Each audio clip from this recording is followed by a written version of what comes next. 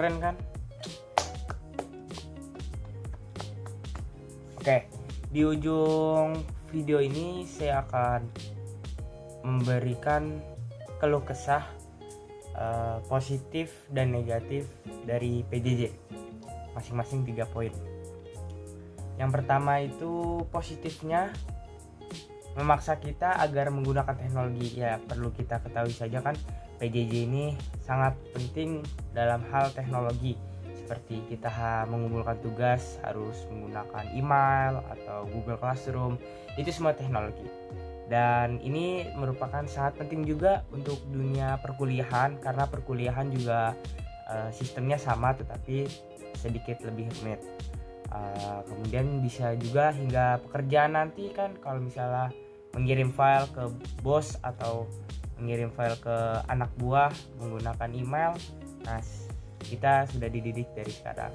Ini sangat penting karena ini basic dari skill untuk hidup. Yang kedua itu belajarnya bisa di mana saja.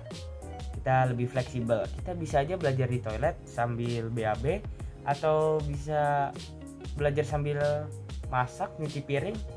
Nah, ini juga memudahkan kita bagi yang rumahnya cukup jauh dari sekolah, yang selalu menguras uang banyak untuk menuju sekolah. Seperti misalnya dia rumahnya di Kalimantan kan, masuknya ke 91 kan harus naik pesawat dulu kan itu. Nah, itu berarti lebih poin positifnya ada di situ. Jadi yang dari Kalimantan nggak perlu ke Jakarta lagi untuk mengekos atau mengkontrak. Yang ketiga itu bisa lebih fokus dalam belajar, karena suasana di rumah, perlu kita ketahui, suasana di rumah dengan suasana di sekolah beda. Walaupun suasana di sekolah itu banyak teman, kita happy, di rumah itu kita terlalu menyendiri. Tapi kalau di rumah, perlu kita sadari juga, di rumah itu kita menambah kefokusan kita karena tidak ada yang mengganggu. Kalau di sekolah kan bisa saja teman samping kita mengganggu, tiba-tiba nyenggol gitu. Nah, itu kan tandanya mengganggu. Dan pasti jika kalian lagi nulis kan, nanti diganggu begini kan, nah pasti kita udah fokusnya buyar. Tapi kalau kita sendiri di rumah dan fokus pada materi yang disampaikan oleh guru atau mengerjakan tugas yang diberikan oleh guru, kita insya Allah akan pahamnya cepat dan mudah diingat, mudah dipahami lah. Nah, terus itu kan udah positifnya ya. Sekarang negatifnya itu yang pertama ya pasti membuat kita jenuh ya.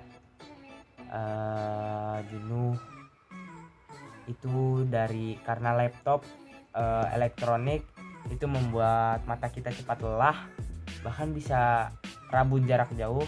Makanya saya sampai beli kacamata kan.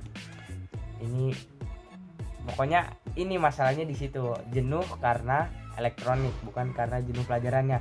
Tapi kadang-kadang guru juga memberikan pelajaran atau tugas yang kebanyakan, walaupun mudah tapi banyak. Seperti merangkum kan kedengarannya mudah, tetapi ngerangkum 2 bab misalnya. Nah, itu kan banyak juga kan, pegel tangan, jari ini ngetik sampai keriting ya kan. Yang kedua itu udah pasti sih menjauh dari pergaulan. Dan pasti kalau PJJ gini kita sulit mempunyai teman SMA. Bahkan paling teman SMA saya cuman 3-5. Nah, ini yang diminimkan, yang diprihatinkan. Karena perlu kita ketahui juga, kalau misalnya kita sudah kerja, dunia kerja itu membutuhkan relasi. Dan sedangkan di SMA ini, jika kita terus-terusan PJJ, relasi kita akan berkurang dan menyebabkan kita tidak ada orang dalam tuh artian misalnya teman kita masuk ke perusahaan ini. Nah, kalau kita mau masuk ke perusahaan ini, kita harus berkontakkan dengan teman kita agar dimudahkan. Itu fungsinya relasi. Dan yang ketiga itu PJJ itu kita kan perlu jaringan ya. Jaringan itu kalau suka error, kita nggak bisa join meet ya kan. Join meet pelajaran bahkan bisa sampai nggak bisa ngumpulin tugas kan. Jadi nggak dikit orang yang telat mengumpulkan tugas karena jaringan. Nah, perlu kita ketahui juga kalau jaringan di Indonesia itu masih sedikit kurang, apalagi mohon maaf yang kaum yang kurang mempunyai itu memikirkan, karena kuota itu mahal. Perlu kita ketahui juga kuota itu mahal, apalagi providernya berbeda-beda. Nah, kan ada terobosan baru dari pemerintah. Nah, kalau dari terobosan baru dari pemerintah itu menurut saya kurang efektif. Kenapa kurang efektif? Karena kuota yang dibagikan itu merata. Harusnya di voting dulu, harus diberitahu dulu siapa saja yang membutuhkan.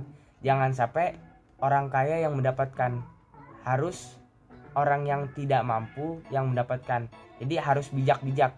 Kalau misalnya orang kaya, kenapa harus dikasih? Kan dia sudah bisa membelinya, seperti bisa membeli wifi untuk menambah kecepatan jaringan, atau bisa malah membeli server sendiri biar koneksinya makin cepat. Nah, jadi kurangnya di situ. Ya, sekian dari saya. Wassalamualaikum warahmatullahi wabarakatuh.